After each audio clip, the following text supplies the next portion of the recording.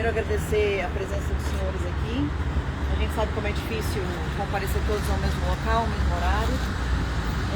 Mas muitos dos senhores já tinham entrado em contato e gostariam de saber nosso posicionamento. Eu queria dizer para vocês em que nenhum momento eu estou desistindo, em nenhum momento nós vamos esquecer os quase 1 milhão de votos que nós tivemos, os eleitores que estão conosco. Nós não vamos esquecer as nossas pautas, os nossos princípios, os nossos valores. A gente vai continuar lutando, continuar acreditando. Esse não é um momento triste para mim, é um momento de esperança, é um momento de fé. E são os momentos mais difíceis que a gente vê nas passagens bíblicas, que as pessoas tiveram que mostrar a sua verdadeira fé. Aquela fé que entende, que excede todo entendimento. A fé que não entende, que não traduz o que está acontecendo, que às vezes pergunta para Deus, Deus, o que está acontecendo comigo? Principalmente quando você é tomado por injustiça. Mas essa fé, ela permanece com esperança, com alegria e com confiança em Deus.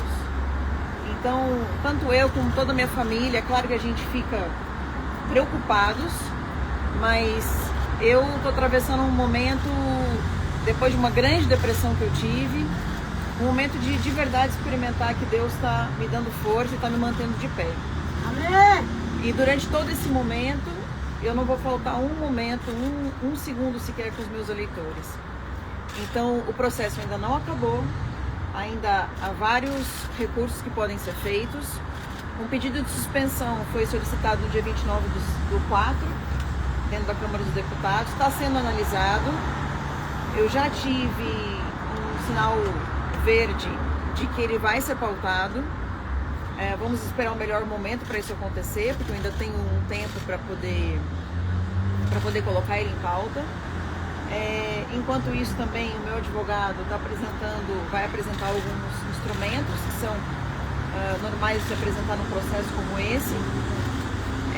Nós trouxemos materiais para vocês, que vocês podem levar depois, para vocês verem as discrepâncias dentro do processo. O hacker Walter Delgatti, que eu nunca escondi que eu conhecia, e vocês souberam disso acho que antes de muita gente, porque foi vazado na imprensa, não tem nenhum problema com relação a isso, mas ele deu vários depoimentos, ao total foram 6 depoimentos, tanto na Polícia Federal, quanto na CPI, quanto depois, durante o julgamento.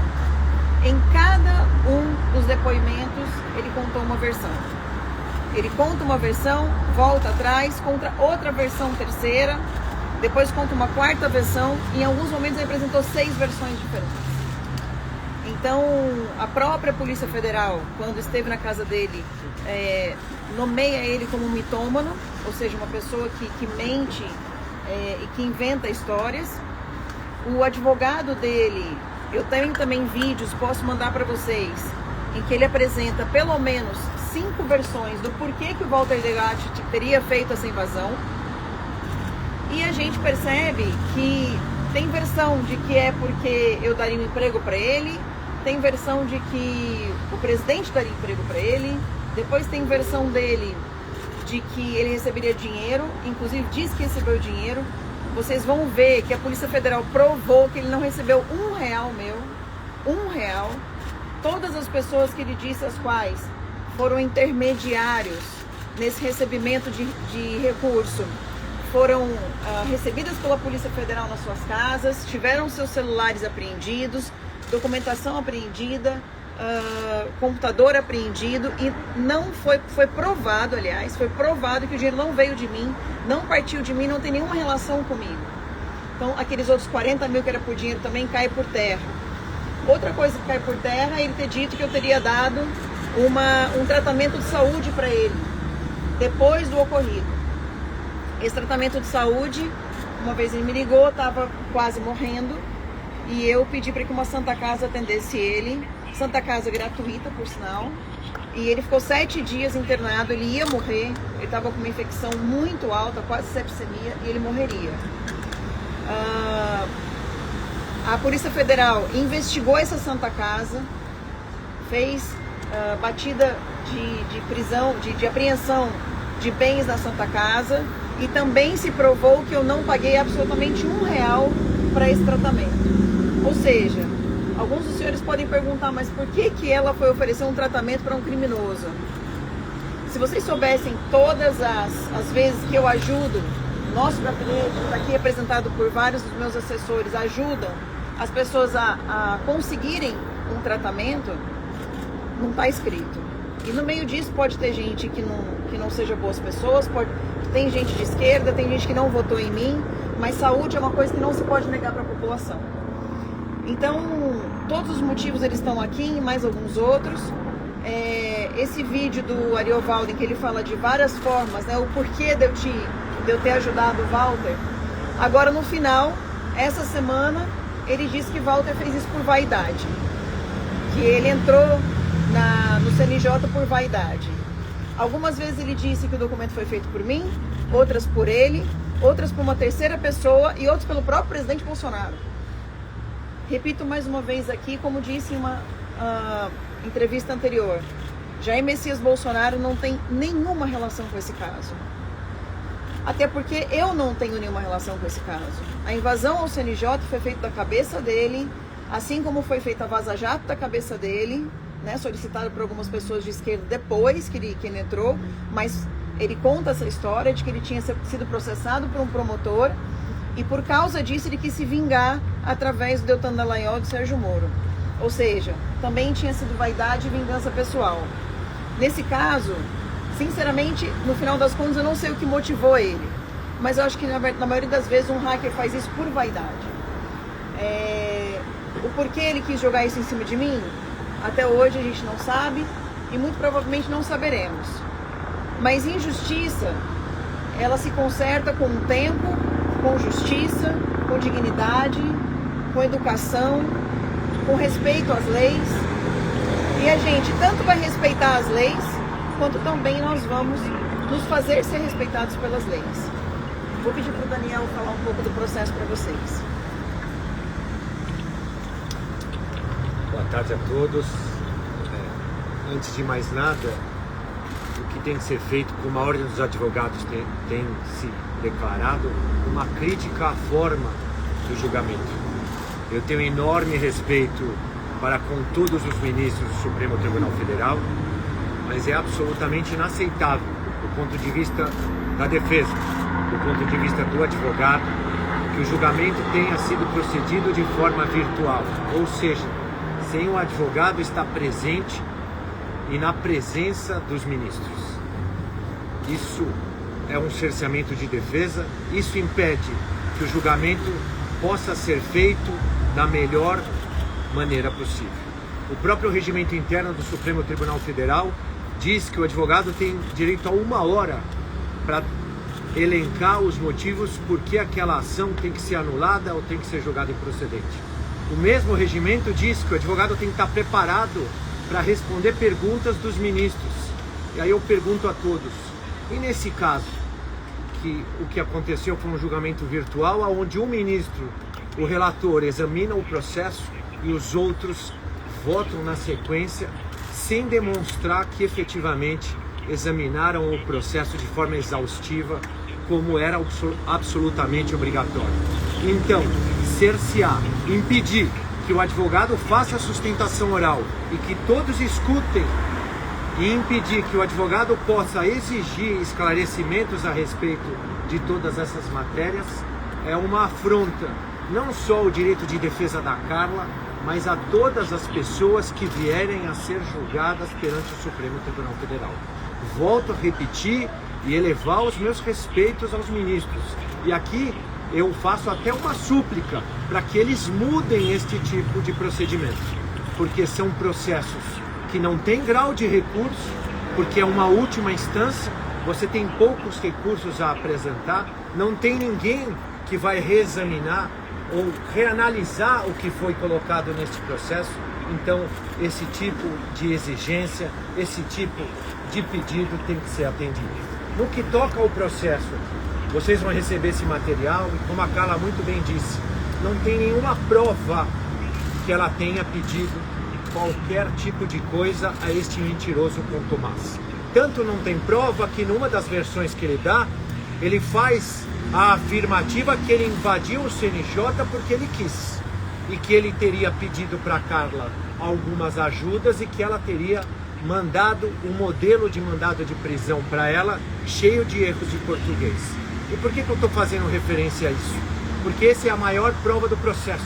É a prova que em tese incriminaria ela, mas não tem uma mensagem, não tem uma ligação, não tem um e-mail, não tem nada que diga que ela tenha pedido, que ela tenha mandado, que ela tenha encomendado qualquer tipo de coisa. E vou além. Tem um funcionário do Conselho Nacional de Justiça que ele é ouvido e é perguntado a ele, está aqui muito bem destacado neste relatório, é possível a inserção de um mandado de prisão no sistema do Conselho Nacional de Justiça? E ele diz não, porque lá há um formulário e somente os dados são inseridos, ou seja, é mais uma mentira descarada que foi inventada para tentar incriminar a Carla. Existem diversas testemunhas que foram ouvidas e que foram incriminadas antes e depois por este mentiroso. E todas elas foram inocentadas porque ficou demonstrado que não havia qualquer tipo de vínculo. E no caso da Carla é a mesma coisa. A Carla, infelizmente, ela é uma deputada que ela é muito combativa. A Carla tem pessoas que a adoram e tem pessoas que a odeiam. E isso pode gerar algum tipo de antipatia.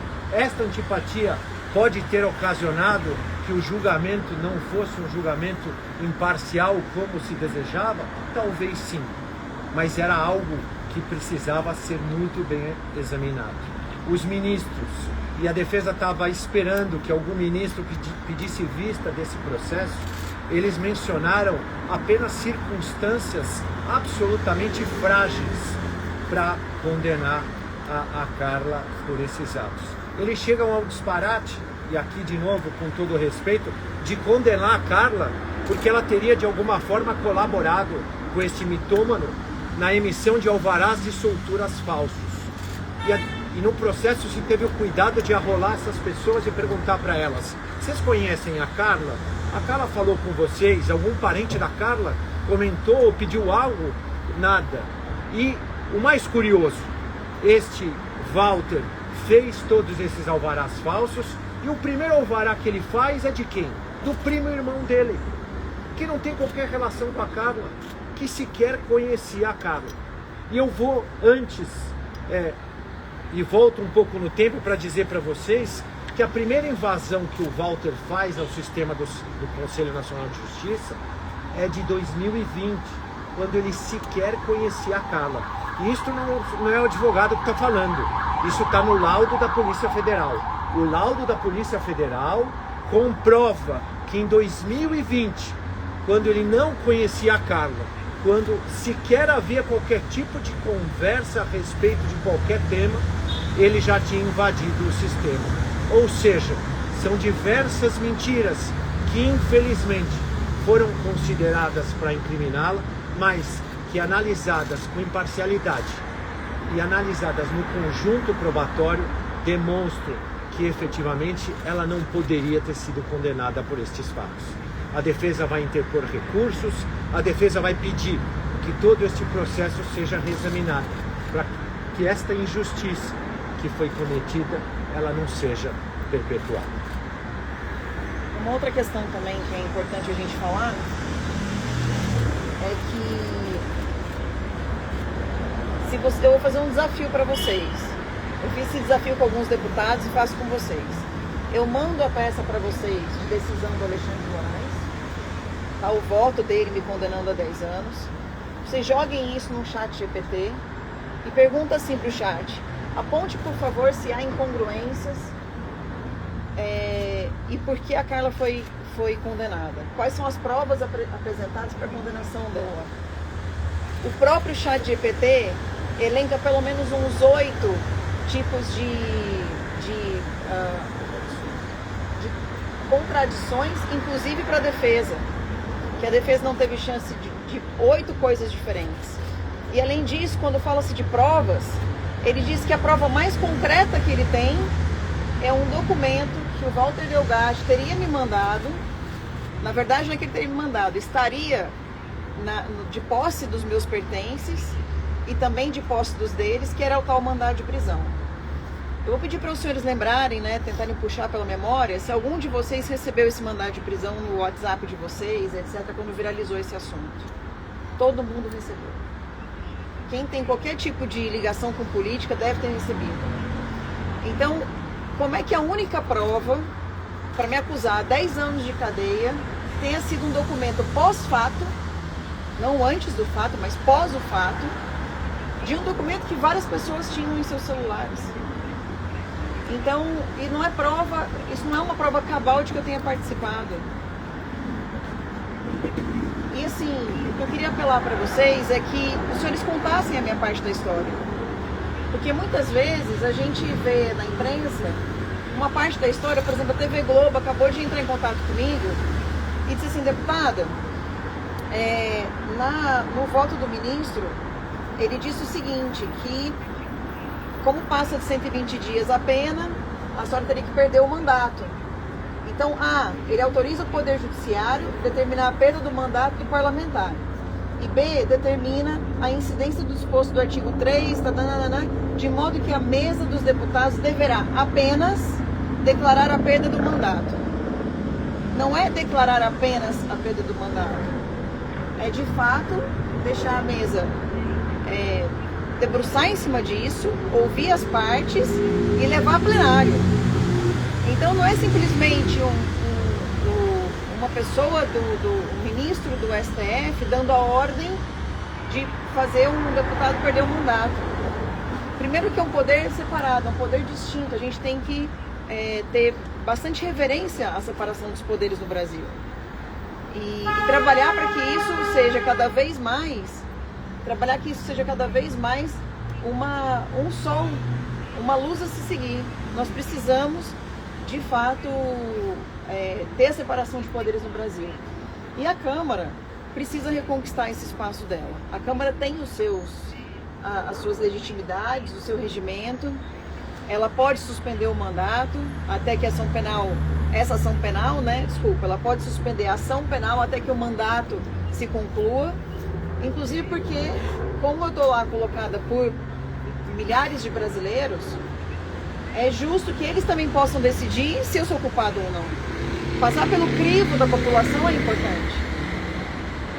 Enfim, e aí se vocês quiserem, eu posso mandar esse voto para vocês de 120 páginas.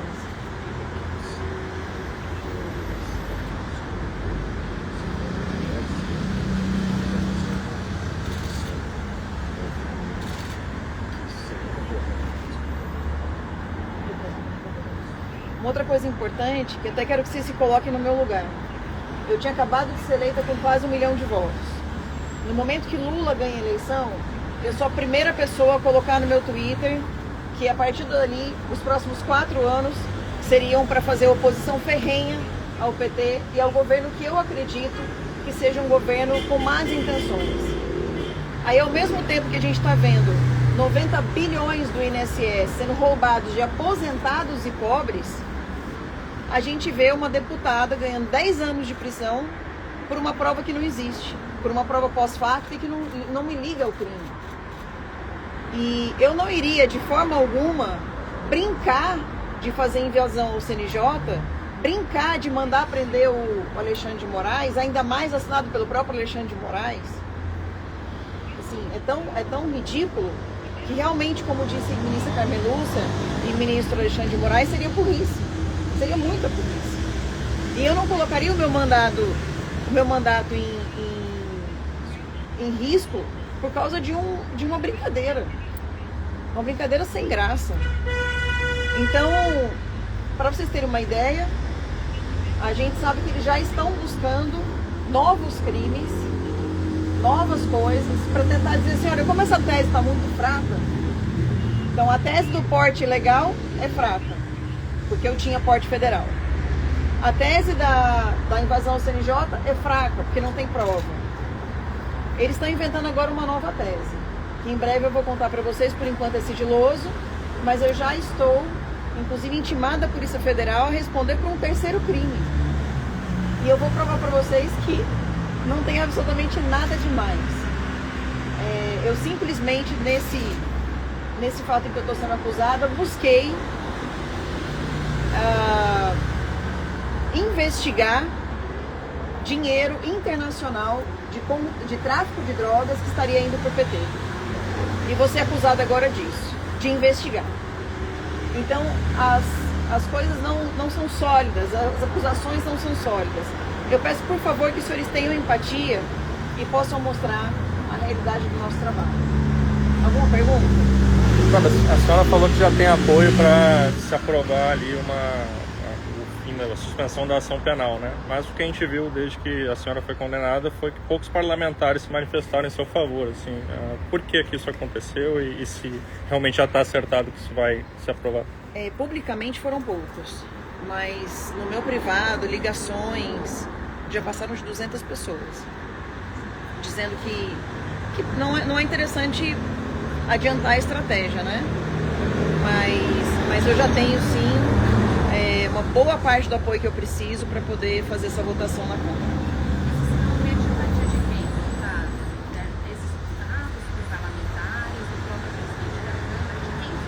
O próprio presidente já deu um sinal verde pro Sóstenes e o Sóstenes está assim, aguardando o melhor momento, né, para a gente poder fazer isso. A gente ainda tem tempo.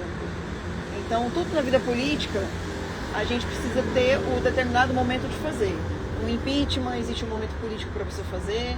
Uma defesa, vai existir também um momento político para a gente fazer. Mas o tempo do deputado Alexandre Ramagem está sendo diferente em relação ao caso da senhora. Sim, porque o dele envolve muitas pessoas, né? E o dele, teoricamente, era mais fácil de provar que ele não tinha nada a ver com a história. Ou não também, não sei. Eu mesma dei um passo para trás na minha defesa quando vi que o Ramagem estava precisando. Mas a gente nunca imaginou também que esse processo correria tão rápido. Né? A gente apresentou a defesa dia 7 de maio, ele recebeu a defesa e já marcou para o dia 9 de junho, não, desculpa, 7 de abril, a gente entregou a defesa, para 9 de maio já ser o julgamento. Então a gente percebe que eles estão acelerando bastante no meu caso, não só acelerando, como colocando vários processos ao mesmo tempo, e isso já era de se esperar, porque eu fui a deputada federal mulher mais votada do Brasil. Quando a gente tem quase 1 milhão de votos, a gente coloca realmente um foco na nossa cabeça, né? Então, é natural, eu era uma pessoa que sempre fui crítica à corrupção, sempre fui muito crítica à injustiça, e é natural que eles acabem, de uma maneira ou de outra, talvez até inconscientemente, levando isso para o lado pessoal. Deputada, o ex-presidente Bolsonaro falou que você seria uma das culpadas para ele ter a eleição em 2022 e também não falou nada a respeito disso, do STF. Você se sente apoiada para ele? Não, porque eu nunca, de um tempo para cá, não esperava ser acolhida. Numa situação como a gente está, é difícil você esperar acolhimento das pessoas, né? Mas eu sei que eu tenho acolhimento da família. Michele já me procurou, Flávio Bolsonaro, Eduardo Bolsonaro comentou meu caso. E eu acho que isso para mim é suficiente para mostrar que todo o meu trabalho não foi em vão. Com o presidente, a senhora não falou? Não. Outra coisa que eu queria deixar para vocês também é que eu tenho alguns problemas de saúde. Não sei se vocês sabem, eu já fui internada algumas vezes. Eu já fui internada com licença médica. Eu tenho um problema que se chama Ehlers-Danlos, é uma síndrome rara. Só dá em pouquíssimas pessoas na população. É uma síndrome que todo o meu corpo ele sai do lugar. Eu posso provar para vocês aqui, ó. Então só o dedo, ó. Isso é só a mão, mas tudo meu sai do lugar. Ombro, joelho, fêmur, órgãos saem do lugar, costela. E isso me gera um problema muito grande de flexibilidade, inclusive venosa. Então eu tenho aqueles problemas de desmaio, né? Eu também descobri um problema do coração, que chama SPOT, que é uma síndrome hipercardíaca postural ortostática. Eu não posso ficar muito tempo de pé, daqui a pouco eu vou começar a cambalear aqui. e tem um problema de coração, foi operada do coração no dezembro do ano passado. Tenho problema com depressão, tenho mantido as minhas medicações para depressão. Digo para vocês, até aproveito o espaço aqui para dizer para vocês que depressão não é uma coisa simples. Às vezes a gente está com depressão e acha que é frescura, às vezes a gente está com depressão e acha que é só um desânimo, mas quando a depressão pega de vez é complicado e a gente precisa cada vez mais ensinar as pessoas a procurar ajuda. Por isso até apresentei um projeto de lei para poder viabilizar psicólogos e psiquiatras particulares para quem tem baixa renda. Então, para o governo pagar o valor de uma consulta, porque hoje nós não temos psiquiatras e psicólogos suficientes na rede pública para atender as pessoas. Enfim, então também esse problema de saúde meu ele tem sido prejudicado por conta de todo esse estresse.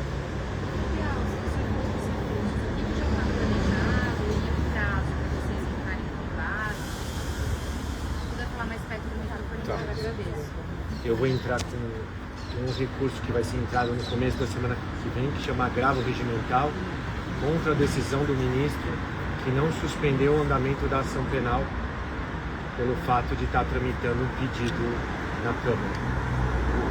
Há um outro recurso que vai ser interposto depois de publicar o acórdão. O acórdão é a decisão da primeira turma que condenou a deputada, ainda não foi publicado no Diário Oficial, a defesa ainda não foi intimada. Quando ela for intimada, vai apresentar um recurso que chama embargos de declaração para pré-questionar e discutir algumas matérias que foram omitidas e que são contraditórias no voto que foi preferido. Depois desses recursos e dos resultados, ainda a defesa pode interpor alguns outros recursos que, no momento adequado, vão ser manejados. Doutor, o senhor fez críticas aqui à produção do STF, mas eu queria entender se o senhor estende essas críticas à PGR e à Polícia Federal. Quer dizer, o senhor entende que há falhas na apuração desde o relatório da PF? A minha crítica foi a forma do julgamento. Porque se você for examinar que quem é deputado, quem é senador, ou quem for o privilegiado, vai ser julgado apenas pelo Supremo em uma única vez, porque o mérito vai ser enfrentado de forma exaustiva só uma única vez, não se poderia impedir o advogado de ter o direito de sustentar com cada ministro presente, como era no passado. Talvez o volume de processos está tão grande no Supremo, porque o Supremo acabou admitindo como competente para examinar diversas questões, que eles mudaram o entendimento, não mais permitindo que o advogado pudesse fazer esse tipo de defesa. E isso acontecendo, o que eu faço? Eu gravei um vídeo de 54 minutos, reiterando todos os argumentos que eu pus na defesa escrita e todas as preliminares que eu entendi que eram necessárias para que o processo fosse convertido em diligência. Mas a única pessoa, o único ministro que disse que examinou e assistiu meu vídeo foi o relator. Nenhum dos outros fez qualquer comentário sobre o que eu falei no vídeo. Então eu não sei se eles assistiram essa sustentação oral. Se eu estivesse fazendo essa sustentação oral com cada um deles presentes, eu teria certeza que todos eles assistiram. E todos eles teriam que responder a todos os questionamentos que eu fiz. Então a minha crítica é a forma do procedimento. Que essa forma deste procedimento é injusta e essa forma desse procedimento diminui a amplitude que a defesa pode exercer o seu direito. Deputada, aproveitando, a senhora citou alguns problemas de saúde, demonstrando que esse processo teria causado esses problemas de saúde, mas eventualmente, caso seja mantida essa condenação, esses problemas de saúde também podem ser usados pela defesa para não se cumprir uma prisão em cadeia, né? Tentar uma prisão domiciliar, alguma coisa assim. Olha, eu vou seguir, ainda que seja injusta a decisão, eu vou seguir a decisão. Então, eu sigo lei. Eu sigo ordem judicial. Se acontecer de ter prisão, eu vou me apresentar para a prisão. Mas eu hoje não me vejo capaz de ser cuidada da forma como eu tenho que ser cuidada, com constantes. Eu estou pegando vários relatórios dos meus médicos E eles são unânimes em dizer que eu não sobreviveria na cadeia. Então a gente deve apresentar isso no momento oportuno. As condenadas. A senhora pode comentar também o caso do processo do TRE de São Paulo, que decidiu pela divulgação, suspender a divulgação. Em que pé que está? Quais são os que a senhora está enfrentando? O processo do TRE, ele nasceu de uma denúncia do PSOL, apontando algumas frases que eu teria colocado nas minhas redes sociais. Um dos casos, por exemplo, foi Tá ruim pra você, né? Alguém troca com ela?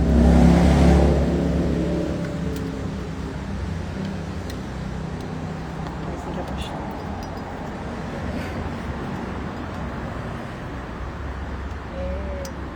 Algum desses casos foi, por exemplo, um pedido de resposta do Tribunal Superior Eleitoral, porque algumas urnas estavam sendo trabalhadas dentro de um sindicato dos trabalhadores.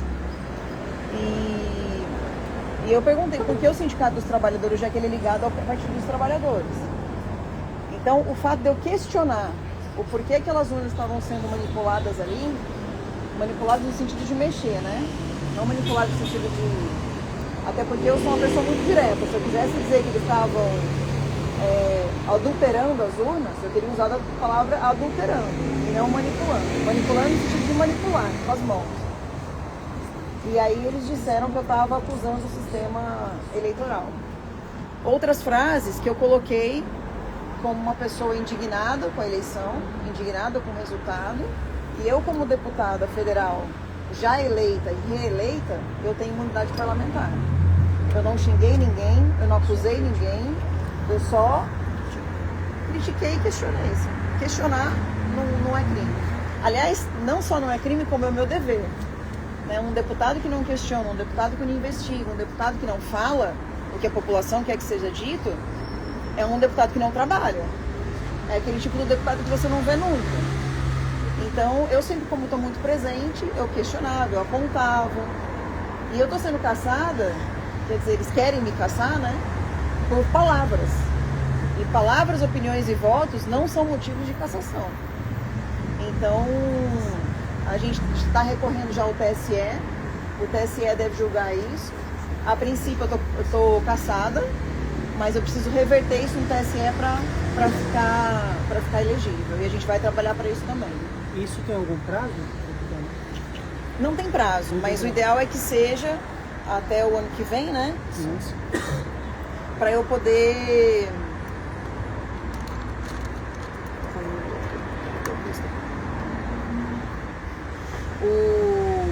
O ideal é que eu consiga fazer isso até abril do ano que vem, para poder dar tempo de eu ficar elegível. A senhora pretende disputar a eleição ano que vem, caso possa? Sinceramente, eu gostaria de ter essa esperança, mas eu não sei se vai ser possível. Se eu falar, eu gostaria de participar da política mais, eu acho que eu ainda tenho muito a contribuir para a política. Mas, ao mesmo tempo, não é fácil ser uma pessoa correta na política. Não é fácil ser uma pessoa combativa na política. A gente vê, por exemplo, quando eu coloquei nas redes sociais, vários amigos, né, colocaram nas redes sociais a questão da invasão do CNJ. E aí, quando você pergunta para as pessoas, né, no Instagram, várias pessoas disseram assim: se ela tivesse roubado 90 bilhões do INSS, estava solta. Então, a discrepância da justiça para certas pessoas é tanta que isso te faz acreditar menos na política. Mas eu não entrei na política para poder mudar o mundo de uma hora para outra. Eu entrei na política para poder influenciar as pessoas, para poder, desde 2011, dar contribuições, trazer novos projetos, conscientizar as pessoas, trazer as pessoas para participar mais ativamente da cidadania. Então, assim, não é uma decisão que eu já tomei. Mas eu tenho, assim, um pé de cada lado, digamos. Bom, pessoal? Obrigada, tá? Vocês todos têm o telefone da Karina? Eu vou mandar pra Karina e ela manda pra vocês tanto esse material. Eu tenho impresso aqui pra quem quiser impresso, acho que eu tenho alguns. Você quer impresso esse? Pode ser, mas é melhor também. É melhor online? Você vê no computador? Tá, ela vai mandar pra vocês o voto do Alexandre, eu peço que vocês coloquem no chat GPT de verdade, porque o chat ele não é, ele é imparcial, né?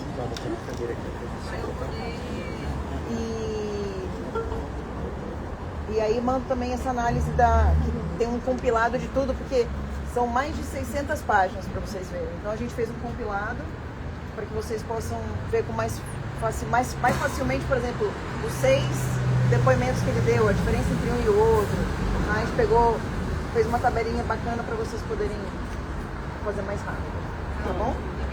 Obrigada, pessoal.